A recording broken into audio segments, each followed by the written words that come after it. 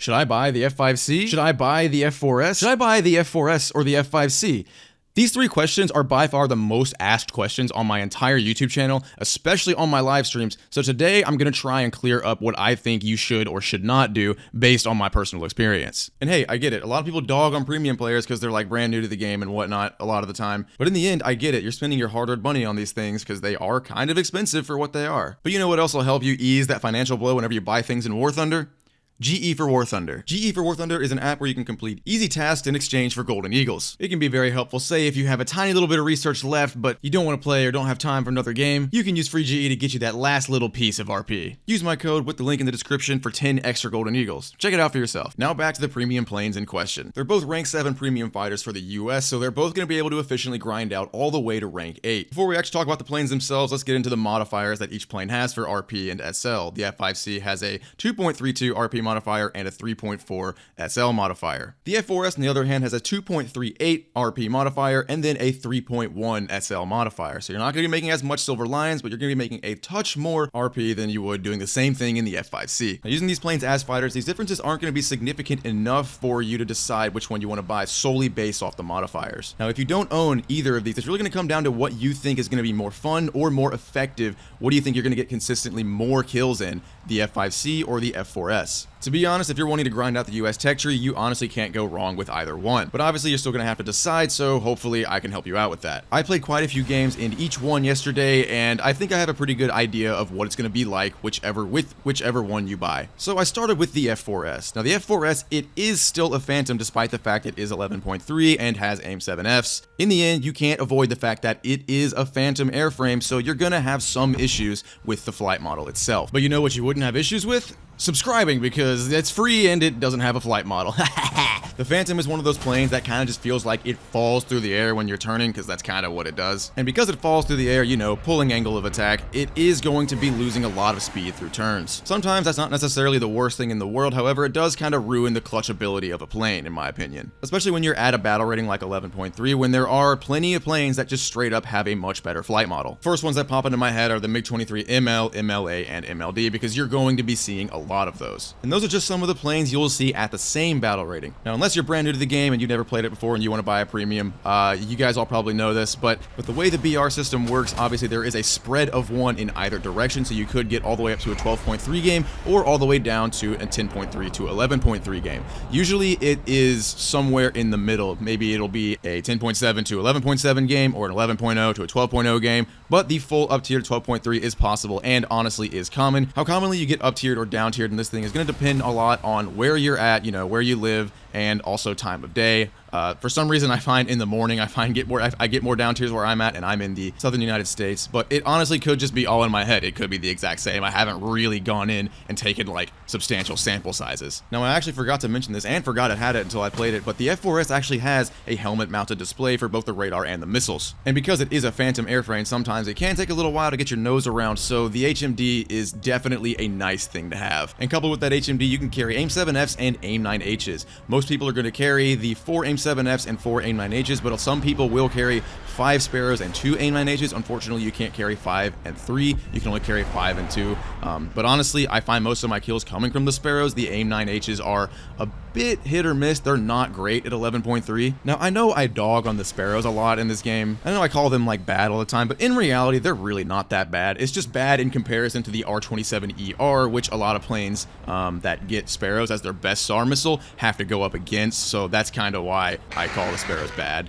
They're just bad in comparison. Otherwise, Sparrows really aren't that bad, especially since this morning, actually, as I'm recording this, they actually updated the way some of the SAR missiles work to where some of the issues a lot of the SARs have been facing over the last couple weeks have been fixed. But I haven't played it yet, haven't tested it, so I don't know exactly for sure how good they are now. One more thing to keep in mind about the F-4S, you do have a big fat gun pod because there is no internal gun. It's up to you whether or not you want to take it. I always will suggest you take it because not having a gun is kind of handicapping yourself. But then again, when you do have the gun, it kind of handicaps your flight performance. But I mean, you need a gun, so carry the gun. Now, as I said, both of these planes I played a good bit last night on stream. I played 8 games in the F-4S and then 9 games in the F-5C. Now, I actually decided to nerd out over numbers, and despite the small sample size, this might give you a pretty good idea of what to expect with these things. Out of the 8 games I played in the F-4S, the average max battle rating of all the games I played was 12.075, which is 0.78 above this plane's BR of 11.3. I debated on whether or not I should include this, but my KB through those 8 games was exactly 2. Through 8 games, I got 16 player kills. If you're looking at this video for advice, I would honestly ignore this number both for this and the F-5C, just because this is all about who is playing the plane, and you know, it's all just depends on how good the player is and how their day is going, how the matchmaker's going. You know, it's a very subjective number, so don't take that number seriously. I just know some people are probably curious about it. And I think that's all I want to say about the F-4S. At the end of the video, I'm going to compare the F-4S and F-5C based purely on how much fun I have playing them, so I hope you guys stick around for that. Now let's get into the F-5C.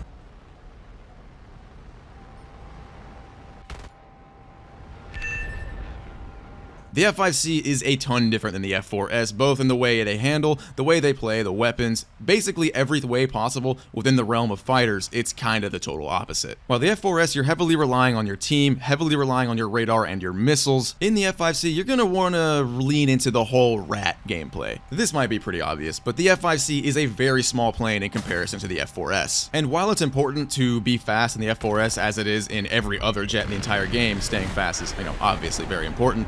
The F-5C has this thing kind of where if you stay above 0.9, 0.95 Mach, it's very hard to lose speed. And that's one of the F-5C's biggest strengths. I will talk about that more in just a minute, but I probably should get the weapons out of the way because normally that's what I do when I talk about planes. So this is a bit of a turnoff for a lot of people who are just getting into War Thunder. They see the F-5C only has 2 missiles, and they may not even know this, but their 2 missiles aren't even that good. Actually, I would go as far to say that the AIM-9Es are pretty bad. Essentially, they're AIM-9Bs that you can lead more, so you can actually get some shots the AIM-9B wouldn't. That's not because the missile pulls any harder. That's not to say they're completely useless, because they're definitely not, and I definitely rack up a good bit of kills with the AIM-9Es. They work a ton better at higher altitudes. Firing down on top of people seems to work pretty well as well, as long as you can get enough lead. But of course, this all requires whoever you're shooting it at to not be paying attention. And that's because even if whoever you're shooting at doesn't have countermeasures, they can pretty easily turn out of the way of the missile as long as they see it in time, and as long as they have enough speed. Sometimes you can catch people when they're really slow fighting somebody else, but usually by the time someone is slow and fighting somebody else, they're probably already going to be killed by someone before you get a chance to shoot your missile at them. Now for the F-5C's guns. You have 2 20mm M39A2 cannons with 560 rounds of ammo. To me, it feels pretty solid. Haven't really come close to running out of ammo yet. However, these guns do seem a little bit inconsistent right now, but I think that's the case with a ton of the guns in the game at the moment. They are also relatively easy to aim because of their velocity. And then of course, just like the F-4S, you do have 60 countermeasures, which at 10.3 is plenty. Now let's backtrack a little bit to what I was talking about right when I started talking about the F-5C. This thing's high-speed energy retention is the biggest strength you have in this plane. If you can stay above 0.9, ideally a little bit higher, 0.95 Mach, you can kind of run circles around just about everybody. It does become a little difficult at times because a lot of times you are facing other F-5Cs and F-5Es, which are an absolute, my productivity alarm. Going against F-5Es is definitely very, very difficult because the F-5E is literally just the F-5C, but better. And now I guess we're gonna have to talk about the matchmaker. I'm gonna be 100% honest. The F-5C, when I was playing this on stream the other night, I guess it's probably because of all the pack sales. Those were probably some of the worst teams I have ever experienced in War Thunder.